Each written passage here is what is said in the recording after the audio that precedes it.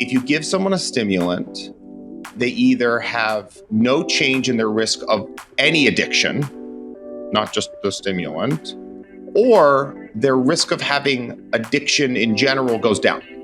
It's a hard situation that people with ADHD end up in. We are being asked to function in a world that isn't really friendly to us. Hello, everyone. Today on the ADHD Skills Lab, we are diving into one of the most asked about, very misunderstood, very controversial topics in the ADHD world. And I am so excited to be talking about this here with Dr. Ryan Sultan. So we are talking about medication. And I want to be upfront here because I think it's really good when we're talking about this to sort of, talk about your own experience. So I have not ever been personally medicated for my ADHD. It's just something that happened. I ended up having kids. I didn't end up getting medicated. But I work with a lot of, ADHD professionals and entrepreneurs who have, and I totally see, people who've gotten a lot of benefits from it. But I get so many questions about medication that I just am not equipped to answer, which is why I wanted to create this episode. Joining me today is Dr. Ryan, a Columbia and Harvard-trained psychiatrist, NIH-funded researcher, expert in ADHD, anxiety, depression, and substance use. He is also the director of Integrative Psych in Manhattan, and also the lab at Columbia University. So if you're considering medication or you're already taking it, this is going to be the podcast for you. So welcome, Ryan. Thank you. You gave your disclosure about not having been on meds, and I'll tell you my disclosure at one point, a little bit less now, was that I was pretty pro medication for a while because I had seen so many people that hadn't been medicated and weren't able to succeed. I've actually shifted over time to a more sort of balanced way of thinking about it. Interesting. That's so interesting. Yeah, definitely. Definitely. And, this kind of brings me to my first question. A lot of people want to talk about ADHD meds. Should I take them? Should I not? Is this just a normal thing to do? Some people are on the fence about it.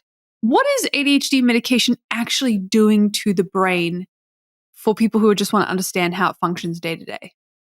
Yeah, so how do we understand ADHD from like a biology, neurobiology point of view? We understand it as your prefrontal cortex, which is, the part right here, that when we look at that thing under a fMRI, which is like an MRI, but it allows you to see activity of different areas, we find that the ADHD folks, when you compare them to the non-ADHD folks, there's just baseline not that much activity going on with dopamine there. And we also find that when you do EEGs, which are those things that we do for seizures, that people with ADHD have these like slow waves that are more common. They're associated with sleep.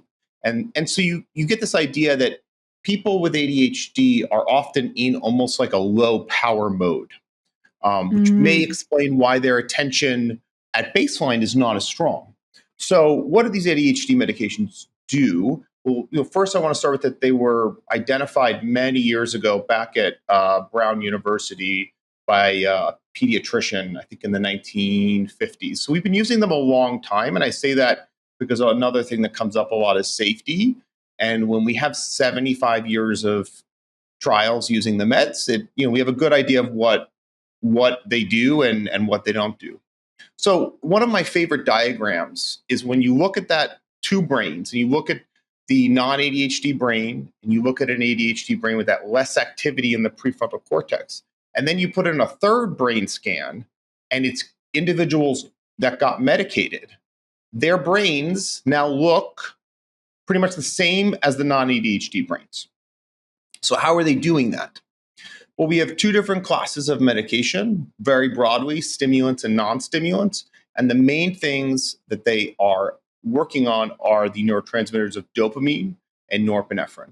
And so if anyone remembers kind of biology, you got these two different neurons, the way they talk to each other, they got this space in between and they sort of dump neurotransmitters into the space, and that's kind of how they talk. And what we're trying to do is increase the amount of the dopamine and norepinephrine in that synaptic cleft, in that space between the two neurons. And that seems to improve symptoms of ADHD as well as decrease negative outcomes that we know are associated with ADHD. Interesting. Very, very interesting. And you answered my question here about stimulant versus non-stimulant, because in some countries it's stimulants are not allowed and it's the non-stimulant medication that is allowed. Is there any other differences between stimulant versus non-stimulant that people want to know? Because I think this comes up a lot as well. Yeah, there's a lot of differences. So non-stimulants are much less regulated. For instance, in the U.S., you can write a regular prescription for them. Bupropion is a common one that's used, which is also an antidepressant. Atomoxetine. These medications, the way they're currently prescribed, are usually long-acting. You take them once a day. You take them every day. They're not something you take on and off, and they're not necessarily like you took them and you magically felt better that day. They tend to be thought of more as like longitudinally over time. They're helping reduce your symptoms. And they're very well tolerated. Most people really find that they have a good experience on them, low side effect profile, pretty much zero way that you could ever think of them being negative in terms of an addiction potential. Then we have stimulants. Stimulants are the ones that scare people a little bit more. So we have two stimulants. We have methylphenidate, which is Ritalin, and we have mixed amphetamine salts, which is commonly called Adderall. And Adderall is stronger. Ritalin is not as strong. So let's stick with the brand names just because that's universal. So methylphenidate versus mixed amphetamine salts. So methylphenidate, what it's doing is when you have those neurons communicating, you're naturally going to be putting in dopamine and norepinephrine into that without any medication. What does it do? The methylphenidate blocks this pump that's kind of vacuuming up the extra to reuse it. It blocks the pump and keeps it there longer at higher concentrations. Okay? So that leaves that space with more dopamine, more norepinephrine. The amphetamine-based products, the mixed amphetamine salts, it does that. It blocks the pump, but it also tells the cell, hey, I know you got some extra stores of that, right? In these little cytoplasmic vacuoles. I want you to dump those stores in there, which is why the amphetamines tend to be, while they are more potent, meaning they're going to be stronger in terms of their effects, they also can have a little more of the negative effects associated with them, because you can risk depleting a lot of your dopamine and norepinephrine because you're also taking your stores and putting them in that space as well. Interesting. Really interesting. And so this kind of leads me to the question about this idea of dependency or addiction, because often when we're talking about stimulants, especially in the media or the news, there's a lot of conversations about being addicted to stimulant medication. So what is the difference between using medication for ADHD as prescribed versus addiction? Like how would people know if there's an issue with that when they have ADHD? Super common concern. So I actually think that we can zoom out. There's been a number of papers where they've been concerned about this. There's probably about 7 of them. And they look at whether giving a stimulant medication to an individual with ADHD, because we know people with ADHD are more prone to substance use disorders. In fact, there may even be an overlap between ADHD because there's that novelty seeking element of ADHD and the reward pathways of ADHD that's similar to stuff we see in substance use. So interesting. And yeah, so it's a reasonable concern. And every single paper that's looked at this has found one of two things. If you give someone a stimulant, they either have no change in their risk of any addiction, not just the stimulant, or their risk of having addiction in general goes down. So I think I kind of want to give that as the answer, because we're not even worried about you becoming addicted to the stimulant. We're actually worried that for some people with ADHD about their potential for addiction to something else, alcohol, cannabis, maybe more harder illicit drug. And all the studies show either that it does not increase the risk of addiction, or the more recent studies have shown it actually reduces the risk of addiction. Interesting. And yeah, the meme I always see, or the thing I always hear people complaining about is, I can't even remember to take this thing that's supposed to be Yes. addicting. It's funny. I find almost no patients I've ever worked with have ever been like really dying to take their ADHD medication. Most of them forget, or they don't want to have to take it all the time. So the risk of addiction, I mean, it's pretty close to zero. Why does it have this reputation though? Because I think we can answer that question. Adderall, amphetamine, mixed amphetamine salts, is similar to methamphetamine, as in meth, like from a structural point of view, meaning when you look at the molecule, it's similar. But the strength and the potency of the action on your body is like orders of magnitude less. And meth, unfortunately, is a very, very, very serious drug that people can really get addicted to. Are you a business owner who is struggling with ADHD symptoms? Maybe your business is making money, but you know it could be doing more. You feel like you're the bottleneck. You can't get yourself to focus. You start every day with 100 urgent tasks, and you've actually just given up on even trying to delegate. If that sounds like you want to get unstuck, you want to start growing, go ahead and click the link down below. I will show you exactly how to bridge the gap between knowing what to do and doing it consistently, even on the tough days. I've helped people like Tanya triple her revenue by focusing on her most important tasks. Kendall increased her sales volume. James used my focus routine to get his time back. Chelsea secured enough sponsorships to race in Europe, and Kate was able to get $75,000 in grants and go full-time on her business. So if you want to know how to prioritize and delegate when everything is on fire, without that inevitable crash out and the last minute panic, so that you can actually spend time with the people that matters and doing what matters, go ahead and click the link down below and I will show you how to bridge that gap between knowing and doing consistently with ADHD. The other thing I hear a lot of people say is that they don't want to take ADHD medication because they feel less like themselves when they're on it. They feel less creative.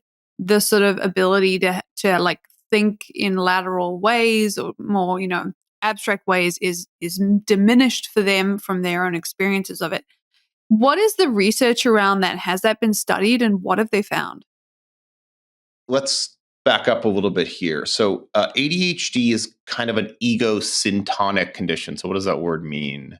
As opposed to some other conditions, it's a condition that the person with the condition is like perfectly happy with the condition, right? Like it's not problematic. In fact, evolutionarily, ADHD's been conserved. There's a gene that's commonly associated with it. There's a lot of research that suggests that it's may have even been advantageous in a hunter-gatherer society. And, the whole idea of the neurodivergent movement as ADHD relates to it is one of like, hey guys, like I'm not disordered. It's this world that's disordered that's causing problems for me.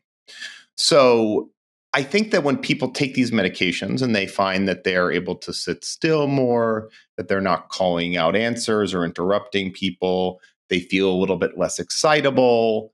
Those are real things because you sort of calmed down your impulsivity, which felt normal to you. But the interesting thing is, everyone expected there to be data that it reduces things like creativity. There's been at least 3 studies on this, and they never show a difference.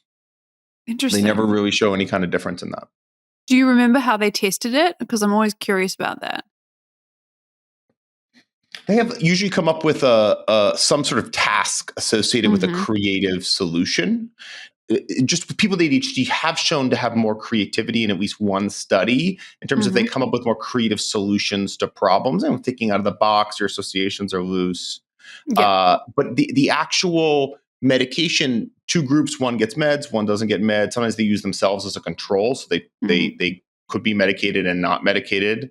And you see it in both scenarios. And the creativity aspect doesn't seem to really reduce. Interesting. That's really interesting. I'm always really curious about those studies because obviously it's like, how long were they on meds? How long were they not on meds? And some countries when they do these studies compare people who've never taken meds to people who have. Not very common in other places. So that is really interesting that they found that. The separate question, and again, like this is, I come from the United States, the center of like Western capitalism and product. I'm here in New York City, the center of productivity, right? Yeah. Uh, it's a hard situation that people with ADHD end up Mhm. in that we are being asked to function in a world that isn't really friendly to us. You have to be Mm. very organized, you have to be on time, you have to sit still for long periods of time. It's designed for non-neurodivergent people. And Mhm. I can see why people are resistant to being treated, because the advantage of the treatment is it allows you to function much better in the world that we live in. Yeah. Yeah. And what are you going to do about that? I mean, it's a hard thing to do, and especially because we know that untreated ADHD increases the risk of anxiety, increases the risk of Mhm. depression, increases the risk of substance use. Mhm. Being on an ADHD med versus not on ADHD med, reduction in car accidents, reduction in speeding tickets, Mhm. reduction in arrests, reductions Mhm. in divorce, reductions in accidental deaths. There's a lot of things that Mhm. happen to people with ADHD that are not good things. When I was a kid, we thought of ADHD as like little boys, with like a scissor ready to cut off a little girl's ponytail in like Yeah. elementary school, right? Like, and that Yeah. is ADHD probably, but it's not all it is, and it stays around into adulthood for 90% of people still meet some criteria. So I think it's a hard question that people with ADHD face, because Mhm. treatment allows you, I think, many people to sort of compensate for things that are functionally deficits for them in Yeah. our modern society, but it can feel a little unfair. Yeah. Yeah. Exactly. And I think that is interesting. And it kind of like in terms of then if we say, okay, I'm gonna take medication, for a lot of people often it's a journey. It becomes they think it's a stopping point, and for many people it's the start of a titration journey. So take me through that and take me through specifically like how do people know if it's working? Because I have a lot of conversations with people who are like, I don't know if I should talk to my psychiatrist about adjusting my meds or if it's not working for me properly. Like, what does a med that is working for you with ADHD look like? So I think we can start with who might want to start on a medication, because Mm-hmm. it's mild ADHD, unless you're in a really challenging situation, like someone trying to do like a dissertation, Mm-hmm. is probably doesn't need pharmacologic treatment. It might benefit from pharmacologic treatment, but you can probably get away with not pharmacologically treating it. And many people go through life for a while without treatment and get pretty far. My brother and I both have ADHD, and I didn't get pharmacologic treatment until I was in medical school, which was Mm-hmm. when it really sort of hit for me. Uh, so I think that that's a first place, is like, when might you want to start it? And when I talk to parents about this, I say like, well, let's think about this from a self-esteem point of view. And if your kid feels good about himself or herself and they're doing okay, like that's fine. That's great. But if they're starting to have issues with their own sense of self-esteem, and they're like, why am I trying twice as hard and getting a quarter of the work done as everyone else? I don't feel good about myself. That's when I start to think that we really need to be thinking about medication as an intervention, because Mm-hmm. that's an attempt to prevent the negative effects Mm-hmm. of ADHD, the negative consequences of ADHD, such as like low self-esteem. It's challenging because it's your environment and your situation are going to play a role. What are you doing with yourself? If you're trying to write your memoirs and you have ADHD and you are a mom, and or you live in a busy household, it's going to be a lot harder to do that. There's a lot more distractions. There's a lot more things in your mind.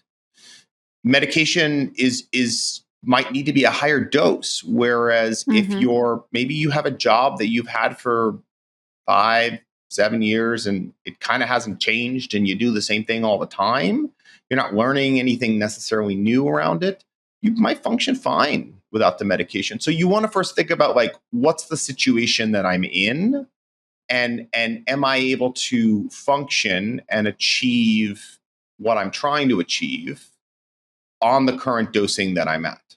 Yeah. Yeah. And so for somebody who feels, and I've had people come into my office, with these kind of conversations, for somebody who feels like they're on medication and maybe it's doing something, but it's not doing what they'd hoped. Maybe it's not providing the focus that they'd hoped, or they're getting distracted on things that they didn't want to. When do they have a conversation with their psychiatrist? When would they want to bring that up, and how would they bring that up? So this should be an ongoing conversation. Mm-hmm. In the United States, you can't write a medication, particularly a stimulant medication, for more than 30 days. So you're really supposed to be seeing your psychiatrist once a month. So there should be lots of opportunities to be talking about this. So you should be bringing it up, I would say, every time you're meeting with them. I think you want to have realistic expectations. It's not going to turn you into a focus machine. You still, I mean, that's a fear, right? That's a fear, but I wish it was that amazing.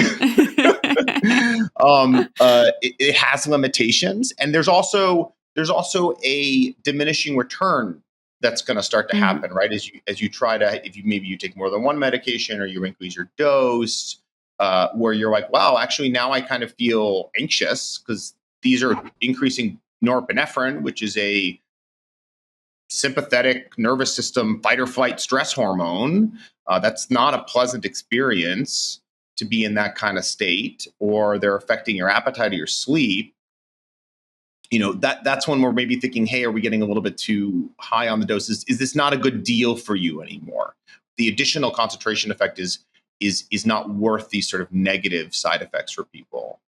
There's also a lot of different ways to treat ADHD, right? People that are uncomfortable with medication, start with a non-stimulant, start with a bupropion. It's a great medication. It's been around forever. And you can always add on another medication. People go through different periods of time. Statistically, your symptoms of ADHD as you get older decrease. Up until probably 35, your brain is still developing. So you may need a different amount in college than you will need, in your 30s. You may take it less often, right? You may not always be taking it every day if you have a different situation than you were before. In terms of concretely, what would you notice? The symptoms of ADHD. You feel like your mind is wandering, like you're sitting and having a conversation with someone and you don't remember what they said. You read a book and you get to the bottom of the page and you're like, I don't remember anything that I just wrote. You try to start things and you keep getting up and doing other things. Yeah, 100%. And I think it's just, some of it's just a feeling of intimidation. I think a lot of times people will come into a psychiatrist's office and they will feel very anxious. It's a big, short meeting. You know what I mean? Like there's a It million shouldn't be questions. a short meeting, by the way. I want to Yeah. I mean, it may functionally be a short meeting, but Yeah.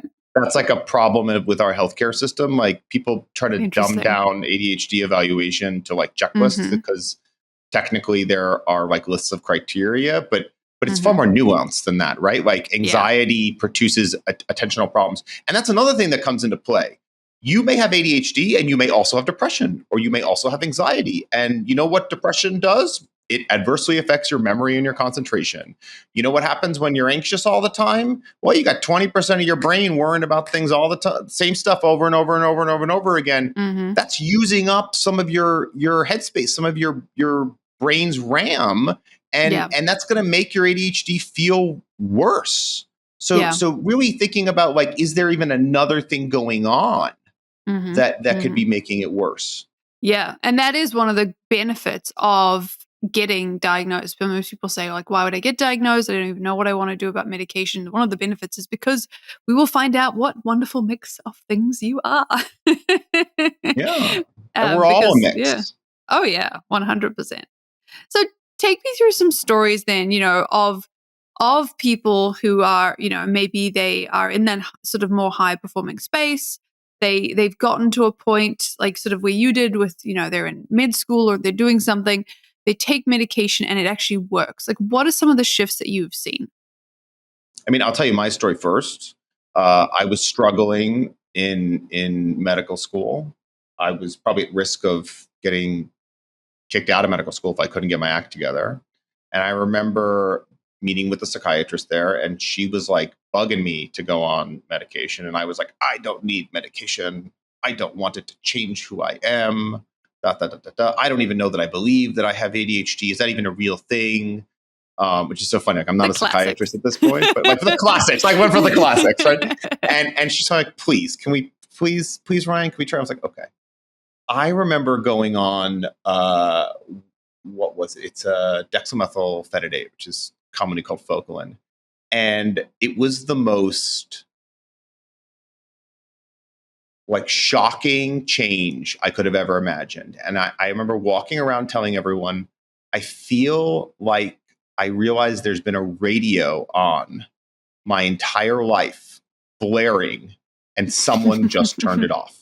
Like it was like I could sit down. I suddenly liked reading. I never liked to read before. And I was like, oh my God, I can read. This is amazing. I went from struggling in medical school to getting high passes and honors and going on to be like now a professor at a university and writing and publishing papers and things like that. So for me, it was a really, really big difference. Some people, it's earlier that really comes up where they're struggling in school, in elementary school, and they're getting in trouble all the time. They can't sit still. They're disruptive. They're talking to the other kids, which again, by the way, in a ancestral environment, in a pre-information age, pre-industrial revolution environment, probably wasn't a problem, right? Because we weren't all sitting, 30 of Good us. to communicate with your tribe members. Yeah, walking around chatting like, hey, look how interesting that is. Let's go forage over there. I got a great idea, guys. It just came to me. And so getting in trouble and then being on medication and that going away, being on medication and the kid coming down and taking out their own homework. I remember I have a patient of mine, the mother sent me this email. She's like, you're not going to believe this. He went into his backpack, took out his homework assignment and started doing it on his own. He was like maybe 8 at the time. And she was like shocked. This is a mother that was like sitting with him all the time, every moment to moment, which by the way, again, like people accommodate ADHD a lot. And, some of us have partners that are able to accommodate it or parents that are able to accommodate for it and they can still succeed. Another long-term patient of mine, she was struggling in college and she got diagnosed and treated and then was able to go on to graduate school that she would not have been able to do without it. She would talk about how it literally felt like the papers at her desk were flying everywhere without her treatment. And suddenly they all sort of calmed down, right? Because you're able to focus on a singular thing for a period of time as opposed to your attention shifting constantly. Which again is interesting. It's advantageous. When you can hyper focus, that's helpful. But in a typical environment, it's not, right. It's really going to create an issue. I have another patient who kept getting in trouble at work. He works for a main newspaper here in New York. And he would be calling out and he wasn't picking up on social cues and it was not going well. And he was at risk of getting fired. They put him on a remediation plan. And then, he came to my office very stressed about that. Didn't want to take medication, was on meds as a kid and had all these negative feelings about it. And, we went through a number of different skills and we worked on that for a while. And then he was like, I just can't, we have to do a medication. He went on medication. He's doing great now. He's actually at a different job, but like he was promoted the last one, was able to move on to another job. It can really be very life-changing for many people. And I encourage people to have a low threshold if you have ADHD for trying medication because it's not like it's not like you can't go back. You're not stuck forever. No, I mean, you these medications wear off the same day. Well, that kind of brings me to another conversation. What you mentioned before is, what is your take? Because I think this is often this is a bigger conversation now than it used to be, I think, on combining and the importance or the usability or the usefulness of combining medications with other tools. So like therapy, routine changes, lifestyle strategies, executive functioning strategies. Like, what is your advice for people about those things in tandem?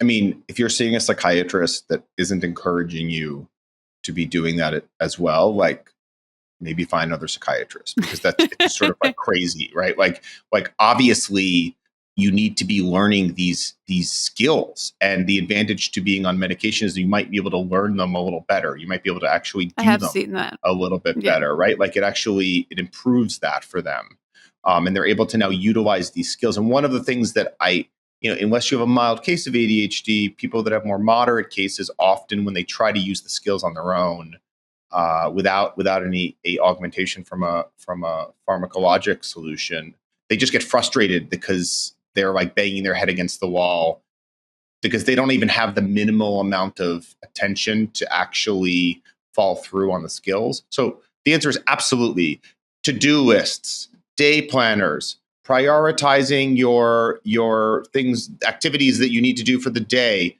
routines.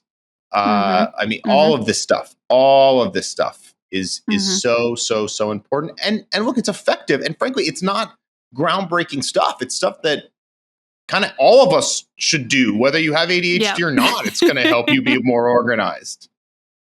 Yeah, no one has not benefited from these systems. When I teach these systems in government, for example, the first thing I always hear is like, "But actually, we could find this quite useful as well. Like, maybe we should Yeah, give this to everyone." yeah. I'm like, "Yes, definitely. We all have those low executive functioning moments in our week. Like, we could all benefit from this." And I also think it's because attention and one's ability to maintain it exists on a spectrum. One's Mm, ability to complete complex executive functioning tasks exists on a spectrum. And yeah. so everyone is going to have times where this would be helpful to them, because Mhm. none of us have an unlimited amount of ability to regulate our attention. It's just not the way it is. Mhm. Yeah. Yeah, exactly. Exactly. Okay, I'm going to do a few rapid fire fact or fiction here. Just a few questions for you as we're wrapping up. Um, Number one, true or false? You have to be on ADHD meds for life. No, absolutely not. You can be on them, you can be off them. Uh, I mean, it really depends on sort of your case, the severity of what's going on with you. And it's a personal decision, right? It's a Mhm. personal decision that hopefully you're making in an educated manner, but it's a personal decision. Yeah. If it doesn't work in the first week, it's the wrong medication. No, because you unlikely you were able to play with the dose enough to Hmm. to actually evaluate that. But you Yeah. do see effects fairly quickly. So Hmm. that part of the myth is kind of true. Yeah. ADHD meds are just legal speed. I mean, this goes back to the meth conversation. Yeah. Um, there are it's sort of like saying that is sort of like saying caffeine is the same as ADHD meds. Like they're Yeah. in very different buckets. There's a lot of space between them. Hmm. Yes, there is overlap, but there are lots of drugs that we have, lots of medications that we have that exist in different levels of potency. Yeah. And then the last one is you can't drink coffee or take other medication with ADHD medication. It's not that you can't drink coffee, but you should be mindful of it because you have an overlapping mechanism of action. What do I mean by that? I mean that the coffee, the caffeine, and the ADHD med are doing similar things, and so the risk that you have like an unpleasant experience. And again, it's not a safety concern. I feel agitated. I felt restless in a sort of agitated, anxious way goes up because Hmm. there's a synergy that's going on there. So I would be mindful if you're starting an ADHD medication of your caffeine intake. If you're a heavy caffeine user, which a lot of people with ADHD are, you might want to, when you're starting the meds, like roll the caffeine back a little bit to reduce Yeah. the likelihood of that happening. Yeah, definitely. And then my final question for you is, what is one thing that you wish that everybody who's an adult with ADHD knew about medication? Medication is a tool that you should be experiencing as having a positive relationship with. Right? Mm-hmm.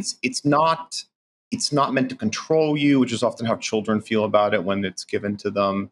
It's really a tool that's supposed to be helping you. Just like some people wear glasses, and it's not that they literally can't see without glasses. It's that their focus improves with glasses, and ADHD medication is going to do something similar to that. Mm-hmm. And so I really want anyone with ADHD to be able to have a positive relationship with the medication and feel like they're in charge of that, within reason, of course, with discussions with their doctors, but Mm-hmm. that it is there to help you. Yeah, definitely. Well, thank you so much for coming on and talking about all of this, Ryan. It's been so wonderful talking to somebody who has the experience, has the knowledge, has the lived experience as well.